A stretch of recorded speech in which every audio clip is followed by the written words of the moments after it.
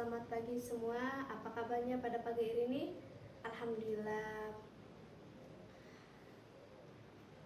Ucapan terima kasih pada teman-teman semua yang telah hadir pada kesempatan kali ini. Semoga kita semua selalu dalam lindungan Allah Subhanahu wa taala. Amin ya rabbal alamin. Pepatah mengatakan, tak kenal maka tak sayang maka ta'aruf. Maka dari itu saya akan memperkenalkan diri. Saya Jahrotul Mulkiyah, bisa dipanggil Jahro atau Bu Jahro. Saya asli warga Depok, tinggal di Lewinanggung.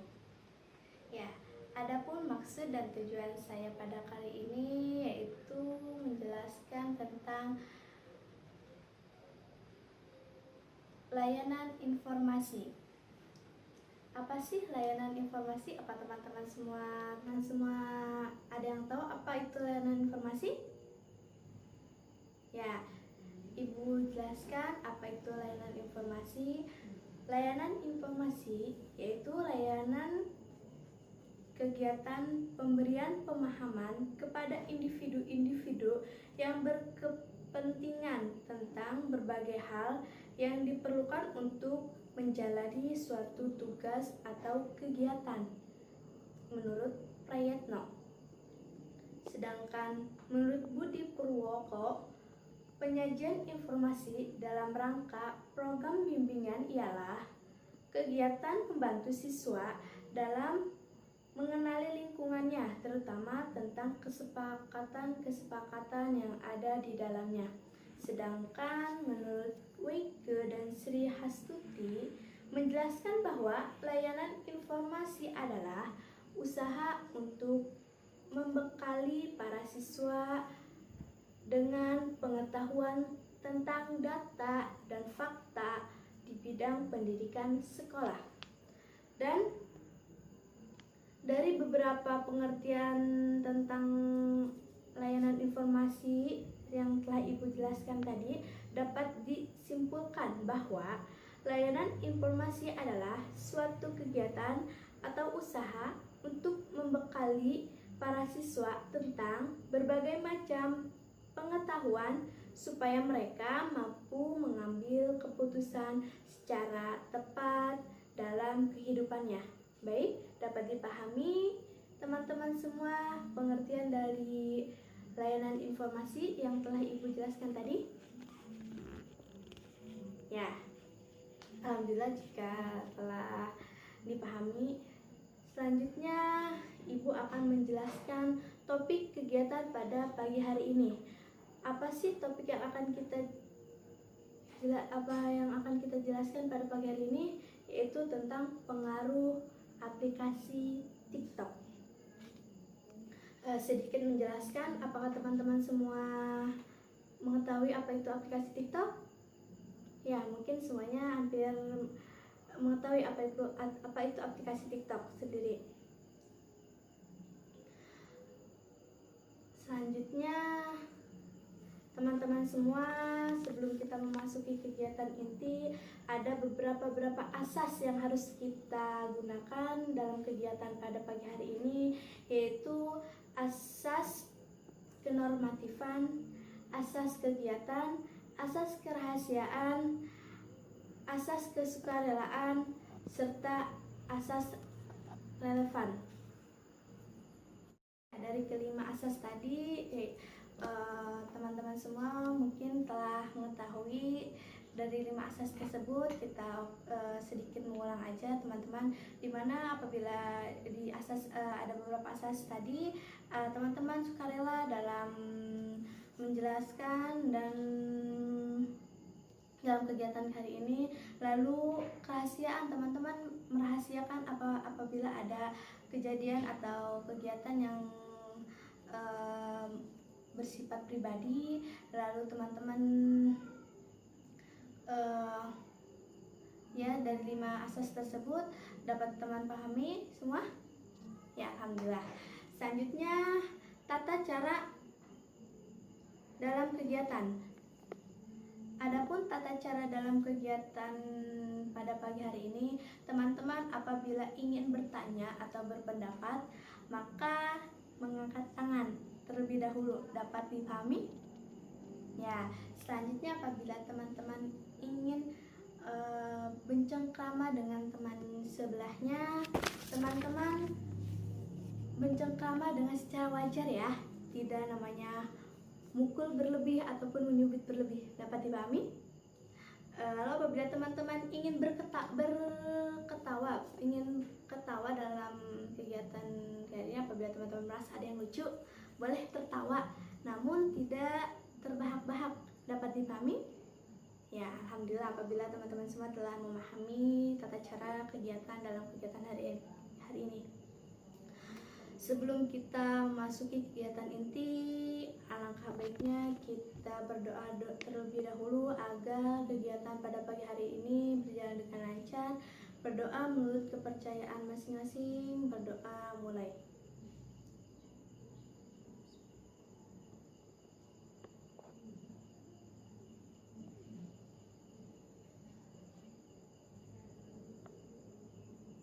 Doa selesai. Ya. Sebelum kita memasuki kegiatan inti, kita peregangan dulu, teman-teman. Kita rilekskan tubuh kita dulu, teman-teman. Tahu permainan kepala, pundak, lutut, kaki? Tahu? Bisa? Bisa? 1, 2, 3. Kepala, pundak, lutut, dan kaki. Pinggul digoyang, bertepuk tangan. Kepala, pundak, lutut, dan kaki. Pinggul digoyang, bertepuk tangan. Bisa? Oke? Yang semangat ya. 1, 2, 3. Kepala, pundak, lutut, dan kaki. Pinggul digoyang, bertepuk tangan. Kepala, pundak, lutut, dan kaki. Pinggul digoyang, bertepuk tangan. Terima kasih. Tepuk tangan dulu teman-teman semua. Terima kasih. Setelah peregangan tadi, ya kita masuk ke topik penjelasan pada pagi hari ini. Topik kita tadi tentang pengaruh aplikasi TikTok.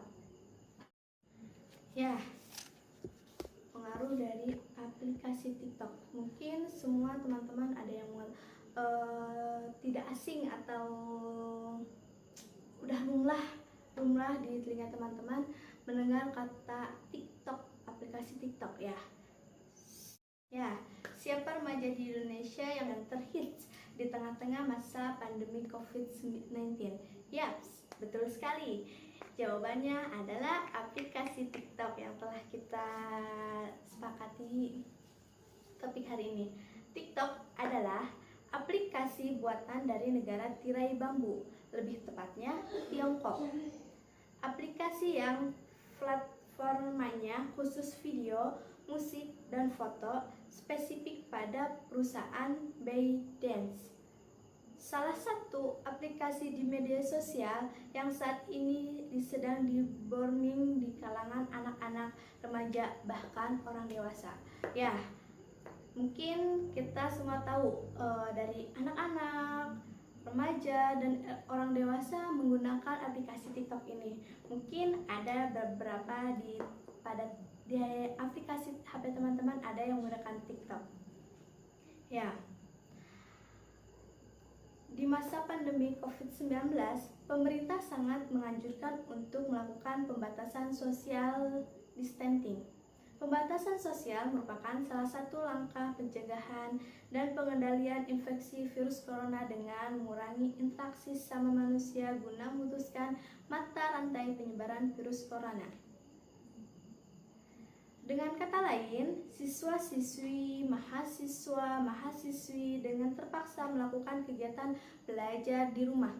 Dengan diadakannya e-learning, maka waktu senggang yang dilewati oleh para mahasiswa maupun siswa dengan begitu, aplikasi TikTok lah yang sangat tepat untuk mengisi waktu luang. Ya, mungkin dari teman-teman sendiri menggunakan waktu luang, ada yang menggunakan dengan bercengkrama dengan keluarga, mendekatkan dengan lingkungan sekitar.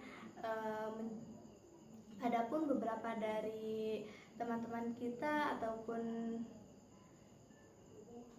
3/4 dari warga Indonesia hampir menggunakan aplikasi TikTok itu sendiri.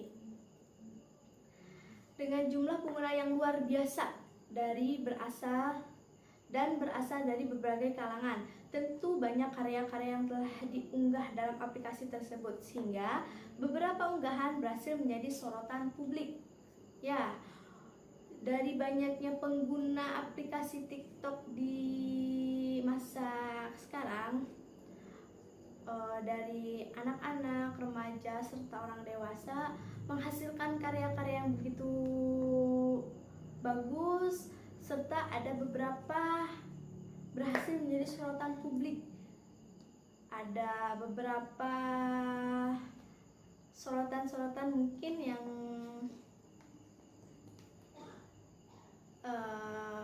tidak.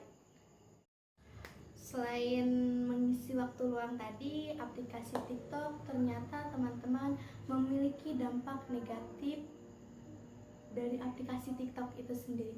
Apa saja sih dampak dari negatif aplikasi TikTok, terutama di tingkat pendidikan? Adapun dampak negatif dari aplikasi TikTok yaitu ada 3 dampak.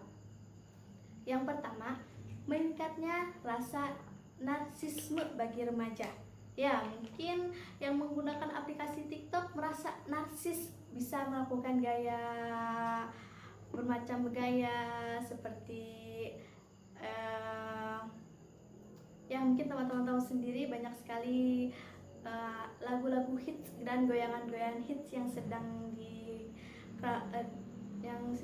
booming di kalangan kita semua, seperti entah apa yang meracunimu. Itu termasuk sedikit lagu yang ada di TikTok ya. Saksisnya, like, komen, dan share adalah jadi salah satu aset yang sangat penting bagi pengguna media sosial seperti YouTube, Facebook, Instagram, bahkan aplikasi yang sedang dibahas yakni TikTok ya. Tak heran jika remaja Indonesia melakukan banyak hal demi meraih angka like atau banyak penyukanya, komen, dan share yang fantastis. Karena itu banyak sekali unggahan-unggahan merusak moral bagi kalangan anak-anak, dikarenakan aplikasi TikTok tidak menyeleksi video-video yang akan diunggah. Contohnya, seorang wanita yang berjoget dengan goyang erotis hingga menuju hal-hal yang berbau pornografi. Ya, mungkin kita telah mengetahui sendiri banyak lagu-lagu serta goyangan-goyangan yang mungkin tidak cocok untuk anak-anak di bawah umur, atau apalagi anak-anak tingkat SD. Ya, kebanyakan pengguna dari TikTok itu sekitar sekolah SD serta SMP. Yang kedua, dampak negatif dari penggunaan aplikasi TikTok yaitu hilangnya rasa malu. Telah beredarnya video TikTok, DJ TikTok, TikTok kekinian, dan sebagainya membantu para penggemar TikTok semakin terlena dengan keasikannya untuk bergoyang. Contohnya, seorang anak bergoyang secara bergerombol di tempat lapangan sekolah yang tengah menggunakan pakaian seragam sekolah. Hal ini menyebabkan hilangnya rasa malu yang seharusnya dimiliki oleh kalangan remaja yang telah menempuh dunia pendidikan. Pendidikan karakter yang telah diberikan oleh sekolah kepada anak muridnya seakan tidak berfungsi untuk bermoral, beretika, serta berakhlak mulia, terutama bagi kita kaum muslimin. Perempuan itu dilarang untuk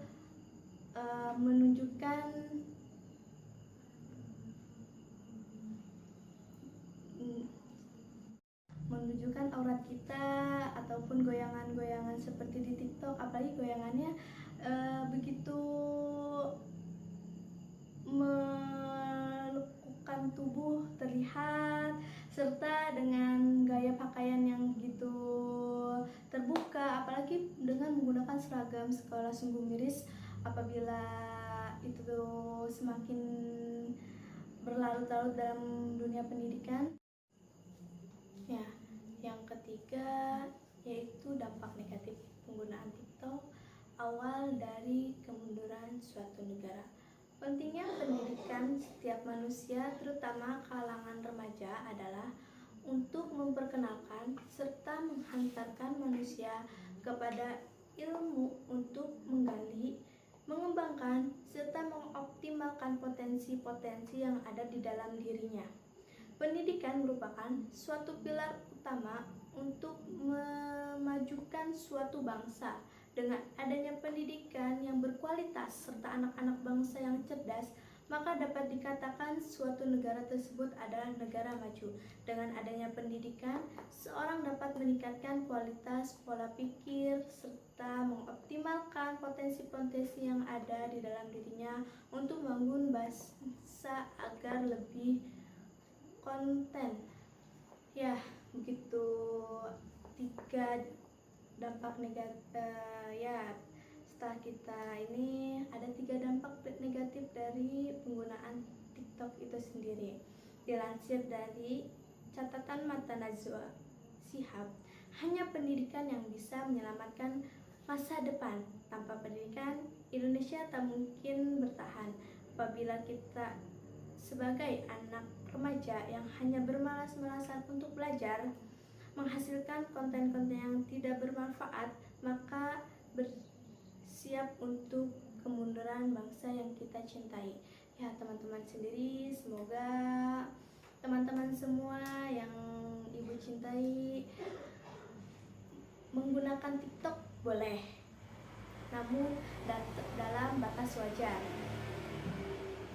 Menggunakan TikTok boleh, namun dalam batas wajar, seperti melihat konten-konten yang bermutu. Sekarang banyak dari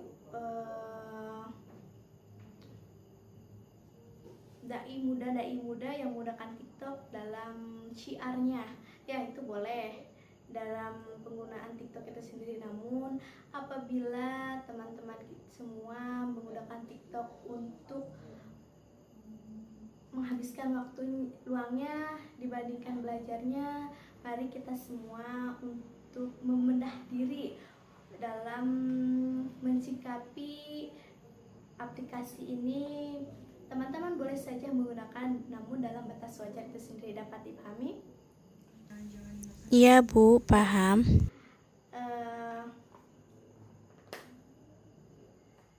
Apa teman-teman semua ada yang ingin ditanyakan dari ketiga dampak negatif? Ya, Ibu menjelaskan dampak negatifnya. Banyak sekali dampak-dampak positifnya dari penggunaan TikTok. Yang pertama, menambah ilmu pengetahuan. Ada beberapa TikTok yang mengunggah ilmu pengetahuan. Ada beberapa pengguna TikTok yang mengunggah cara masak. Boleh teman-teman untuk melihatnya, seperti cara masak, tentang ilmu-ilmu yang dapat teman-teman gali. Adapun seperti yang sedang ya, apakah teman-teman semua sudah memahami yang telah Ibu jelaskan tadi? Alhamdulillah, apabila telah memahaminya. Ya, setelah pemahaman yang Ibu berikan, setelah pembahasan yang telah kita pahami tentang pengaruh dari aplikasi TikTok itu sendiri, dapat Ibu simpulkan bahwa aplikasi TikTok itu dalam penggunaannya dalam batas wajar boleh, namun tidak mengurangi kegiatan atau mengganggu kegiatan belajar kita sebagai siswa serta mahasiswa, sebisa mungkin teman-teman menyikapi dalam penggunaan TikTok itu sendiri. Ya, terima kasih kepada teman-teman semua atas partisipasi pada kegiatan pada pagi hari ini. Tidak terasa kegiatan bimbingan kelompok akan pada pagi hari ini akan segera berakhir, teman-teman. Tidak terasa waktu kita 30 menit telah berakhir. Dapat kita simpulkan menyimpulkan tadi yang telah teman-teman yang Ibu telah sampaikan. Kesimpulan dari penggunaan aplikasi TikTok itu, apabila dalam batas wajar diperbolehkan untuk penggunaannya, serta dalam kegiatan ataupun serta tidak mengganggu kegiatan teman-teman sebagai siswa dan mahasiswa. Ya,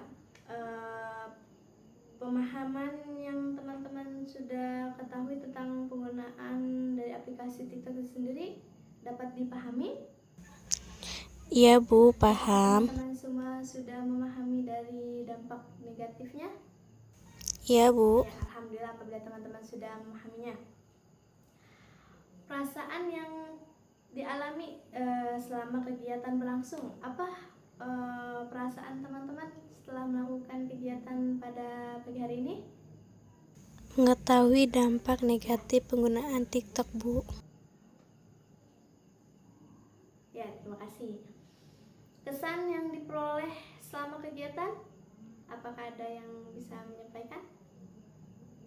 Saya Bu, pesannya saya mengetahui penggunaan TikTok itu ternyata tidak berdampak negatif, ada pun berdampak positifnya juga. Ya, setelah kesan-kesan yang teman-teman sampaikan pada pagi hari ini, apakah teman-teman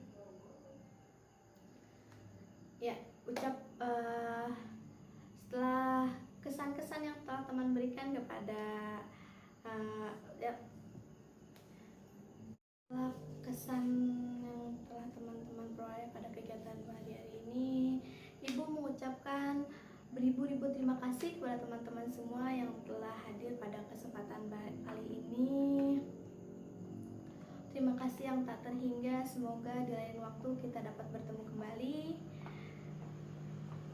Selanjutnya, siapa yang ingin memimpin doa pengakhiran? Ya, dipersilakan. Berdoa mulai. Berdoa selesai. Ya, terima kasih yang pada teman-teman semua.